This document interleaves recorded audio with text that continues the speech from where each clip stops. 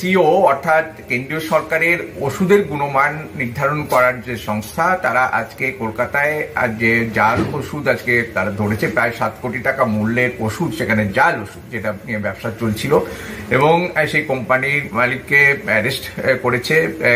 এটা আমরা সাধুবাদ জানাচ্ছি, কিন্তু দুর্ভাগ্যের বিষয় বা অত্যন্ত ভয়ঙ্কর বিষয় যে এই জাল ওষুধের কারবার কিন্তু আজকে রাজ্যের বুকে কিন্তু রমরমিয়ে চলতে পারছে। তার কারণ হচ্ছে ড্রাগ কন্ট্রোলে যে অফিস রয়েছে আমাদের পশ্চিমবঙ্গের ক্ষেত্রে, ডিরেক্টরেট রয়েছে, তারা যদি আজকে সঠিকভাবে কাজ করতো তাহলে কিন্তু এই ধরনের জাল ওষুধের রমরমা কারবার চলতে পারে না।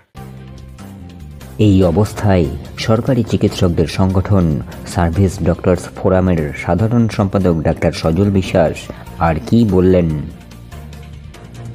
আমরা দাবি জানাচ্ছি সার্ভিস ডক্টরস ফোরামের পক্ষ থেকে, যারা এই ধরনের অসাধু ব্যবসা করছে, জাল ওষুধের কারবার করছে, কারণ এটা জীবন মরণের সাথে মানে সম্পর্কিত।